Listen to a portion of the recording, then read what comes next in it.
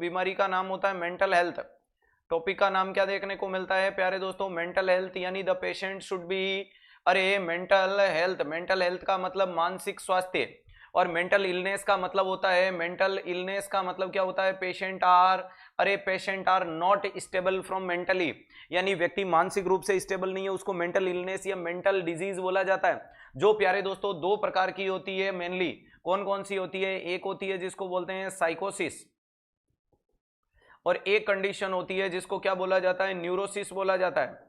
अरे एक कंडीशन को क्या बोला जाता है, साइकोसिस, और दूसरी कंडीशन को क्या बोला जाता है, न्यूरोसिस बोला जाता है। अगर मैं बात करूं कि साइकोसिस क्या होता है, तो patient are mentally ill, patient इसमें भी आपका मेंटली इल ही देखने को मिलता है, पेशेंट क्या देखने को मिलता है, मेंटल इल है, लेकिन इसके साथ में उसमें प्यारे दोस्तों इनसाइट यानी जो मानसिक रूप का स्टेटस है वो अब्सेंट है।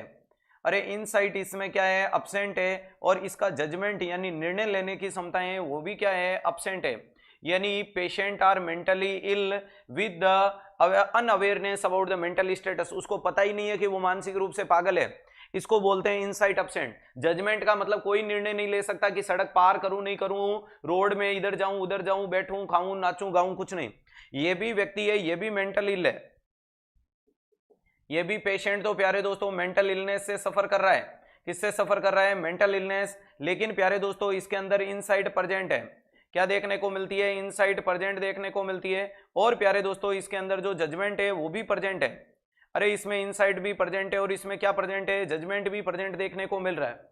ध्यान रखिएगा, इनसाइट और जजमेंट का मतलब पेशेंट है वो awareness about the mental status, इसको पता है कि मैं बीमार हूं, फिर भी ये निर्णय ले सकता है। इसको हॉस्पिटल दो लोग पकड़ के ले जाते हैं, ये खुद जाता है, ये इलाज ले रहा है। तो प्यारे दोस्तों अगर इनके एग्जाम्पल लेने की कोशिश करें, कौन कौन से एग्जाम्पल हैं इसके, तो ध्यान रखिएगा इसके एग्जाम्पल, साइकोसिस भी दो प्रकार के होते हैं, एक होता है ऑर्गेनिक जिनमें ऑर्गन में गड़बड़ हो गई, अरे कोई ऑर्गन में गड़बड़ है जिसको बोलते हैं ऑर्गेनिक, दूसरा होता है फंक्शनल,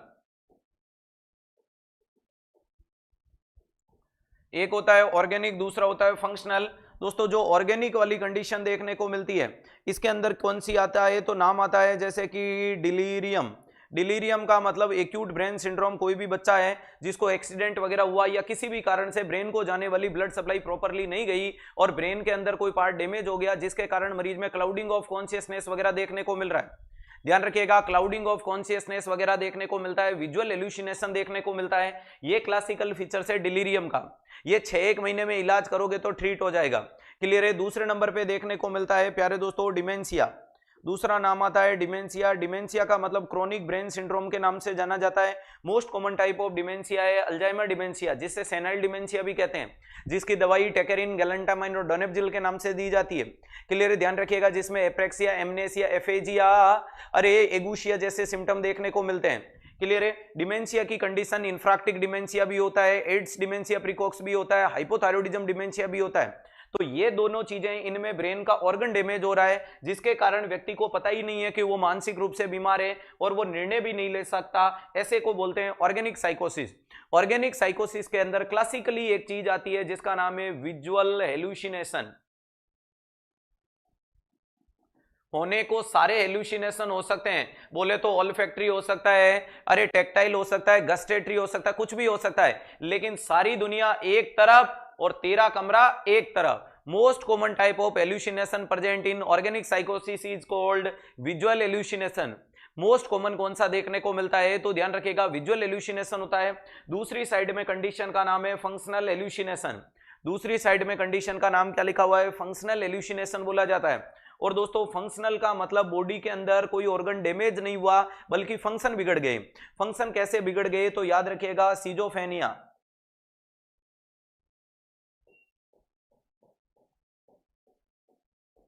सिजोफ्रेनिया, मेनिया, डिप्रेशन। अरे प्यारे दोस्तों सिजोफ्रेनिया, मेनिया, डिप्रेशन, ये वाली जो कंडीशन आपके सामने लिखी हुई है, क्या इनमें कोई ऑर्गन डैमेज होता है, नहीं, इनमें ऑर्गन डैमेज नहीं होता है, बल्कि हमारी बॉडी में पाए जाने वाले जो हार्मोन्स होते हैं उनके अंदर उनके लेवल में चेंजेस आने के कारण हमारा मामला गड़बड़ा जाता है, बोले तो केमिकल लोचा। अब सिजोफ्रेनिया के अंदर डोपामिन में गड़बड़, मेनिया के अंदर सीरोटोनिन, नॉन एपिनेफ्रिन में, और डिप्रेशन में भी वही गड़बड़ देखने को मिलती है। अब सिजोफ्रेनिया, मेनिया और डिप्रेशन होते हैं, ये भी पता नहीं है कि इनको भी नहीं पता है कि ये मानसिक रूप से बीमार है, नहीं ये निर्णय ले सकते हैं। ऐसे मरीजों में मोस्ट कॉमन जो एल्यूसिनेशन होता है वो होता है ऑडिटरी। होने को सारे हो सकते हैं लेकिन कॉमन कौन सा होता है? अरे कॉमन कौन सा होता है? तो आपका जवाब आएगा ऑडिटरी। अरे ध्यान रखिएगा, वेरी इंपॉर्टेंट चीज है। यहां पर ने सिजोफ्रेनिया, मेनिया, डिप्रेशन में ऑडिटरी एल्यूसिनेशन मोस्ट कॉमन होता है। होने को सारे हो सकते हैं लेकिन ऑडिटरी बहुत कॉमन होता है। क्लियर है? ध्यान रखिएगा, ये मैंने इसलिए बोला क्योंकि आजकल देखो मार्केट में रैंक का सर्कुलेशन तो इस प्रकार से चल रहा है कि एक एक बच्चे के 10-10 इंस्टीट्यूटों में फोटो लगे पड़े हैं।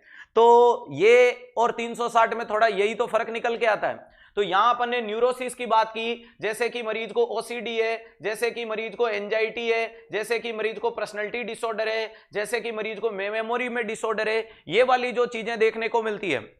अरे ध्यान रखिएगा, ये जो चीजों में फर्क देखने को मिलता है इसको बोलते हैं न्यूरोसिस। क्या बोला जाता है? न्यूरोसिस। कि मुझे डर लग रहा है, मुझे रात को सपने आ रहे हैं, मुझे फोबिया है, मुझे ओसीडी है, मुझे एंजाइटी है, ये सारे के सारी चीजें देखने को मिलती है, उनको बोलते हैं न्यूरोसिस। क्या बोला जाता है? 998 फीमेल, बेटा पूरे चांद से टेंशन मत ले, तू हंस, तू मुस्कुरा, तू रोना छोड़ दे, तू जिंदा है, तू जिंदगी की नाक में दम कर दे।